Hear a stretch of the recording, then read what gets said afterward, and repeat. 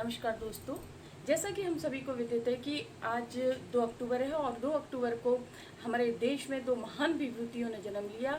एक हमारे पूर्व प्रधानमंत्री श्री लाल बहादुर शास्त्री जी और दूसरे हैं हमारे राष्ट्रपिता महात्मा गांधी जी, जिनकी हम आज 150वीं जयंती मना रहे हैं।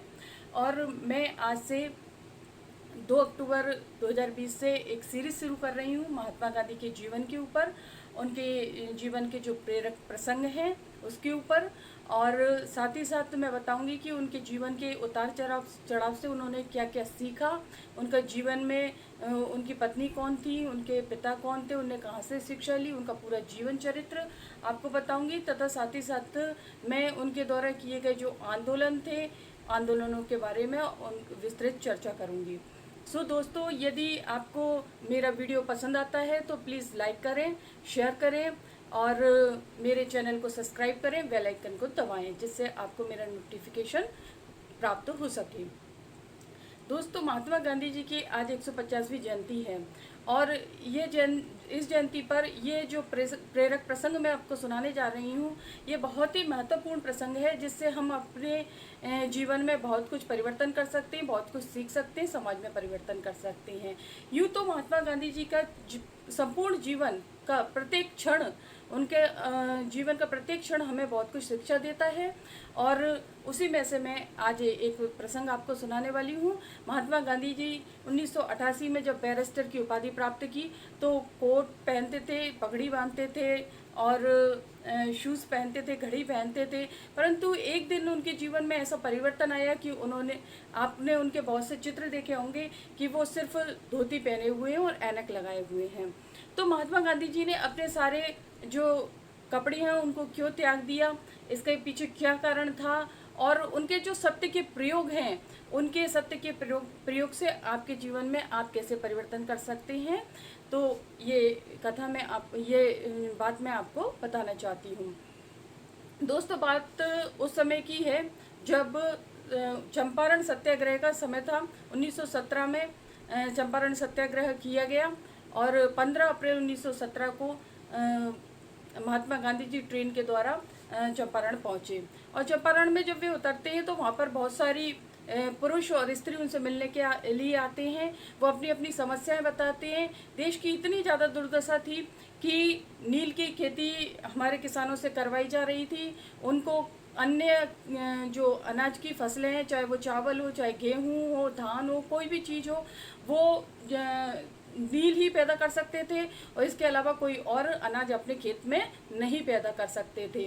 अंग्रेजों का ये पाबंदी थी और नील की खेती से जो ज़मीन है वो बंजर होती जा रही थी और उनको जो खेती करवाई जाती थी उसके बदले में सिर्फ एक वस्त्र पहनने के लिए दिया जाता था। वे खाने के लिए और अन्य सभी सामग्रियों के लिए अंग्रेजों के ऊपर डिपेंड होते जा रहे थे। बहुत ही ज़्यादा चंपारण में गरीबी की स्थिति थी। नील के जो किसान थे बहुत ज़्यादा परेशान थे।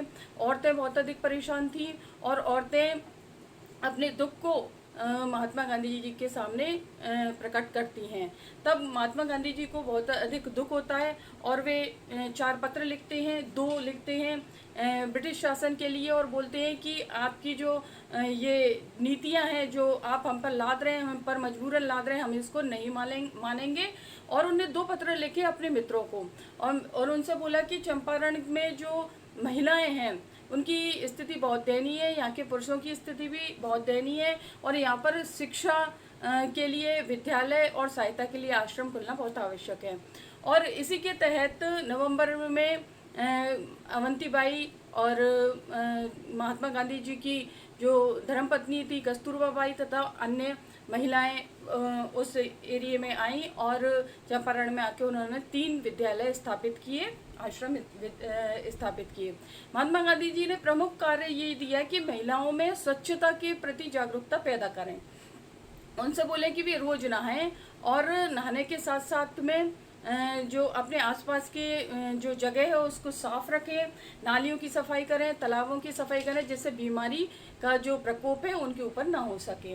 और इसी कार्य हेतु सभी महिलाएं जगह जगह घर घर जाती थीं और महात्मा गांधी जी की जो वाइफ थी कस्तूरबा गांधी जी, उनको प्यार से सभी महिलाएं बाघ कह के पुकारती थीं।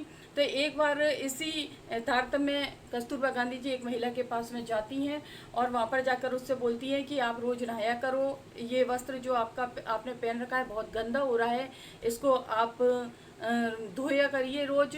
तो वो है ना अत्यधिक उदास हो जाती है और बोलती है कि बा आप मेरे घर में देख के आइए, यदि एक भी सूटकेस मिल जाए, यदि कोई भी सामान मिल जाए या एक भी वस्त्र इस साड़ी के अतिरिक्त तो मेरे पास में मिल जाए तो आप मेरे से ये बात बोल सकती हैं। मेरे पास में एक ही साड़ी है, आप बताइए अब मैं इसको कैसे है ना धो सकती हूँ, अगर मैं इसको धो देती हूँ तो मैं क्या पहनूंगी, तो आप महात्मा जी से बोलिए मुझे दूसरी साड़ी दिलवा दें। तो वहाँ को बहुत ज़्यादा मतलब मन में ग्लानि होती है कि हम इस देश में रह रहे हैं जहाँ पर किसी को के पास में पहनने के लिए वस्त्र भी नहीं है, पहनने के लिए चप्पल भी नहीं है। तो महात्मा गांधी जी के पास में जाती हैं, वो बात कहती हैं। महात्मा गांधी जी अपने जो गमछा पहने रहते हैं वो उनको उस स्त्री को देने के लिए देते हैं और उसी दिन से वो अपने शरीर पर से गमछा त्याग देते हैं।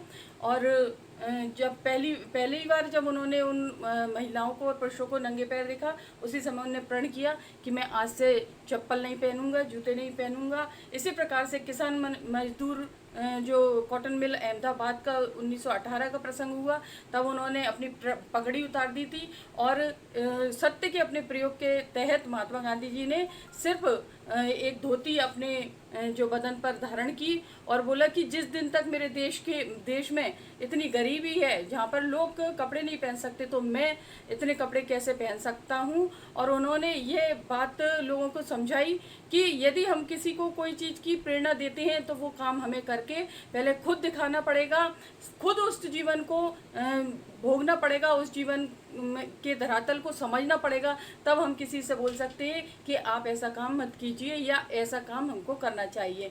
तो उनकी जो मूल समस्या थी कि वो बहुत अधिक गरीब थे और इसके लिए चंपारण सत्याग्रह किया गया और चंपारण सत्याग्रह के बाद में महात्मा गांधी जी ने नील की खेती से मजदूरों के जो किसान हैं उनको मुक्ति दिलवाई। तो ये एक हमको प्रेरणा देती है कि महात्मा गांधी जी जो स्वच्छता के प्रति कितने ज़्यादा जागरूक थे। ये प्रेरणा देती है कि हमारे राष्ट्रपिता ने हमारे देश के लिए कितना त्याग किया कि अपने बदन के वस्त्र को भी त्याग कर दिया।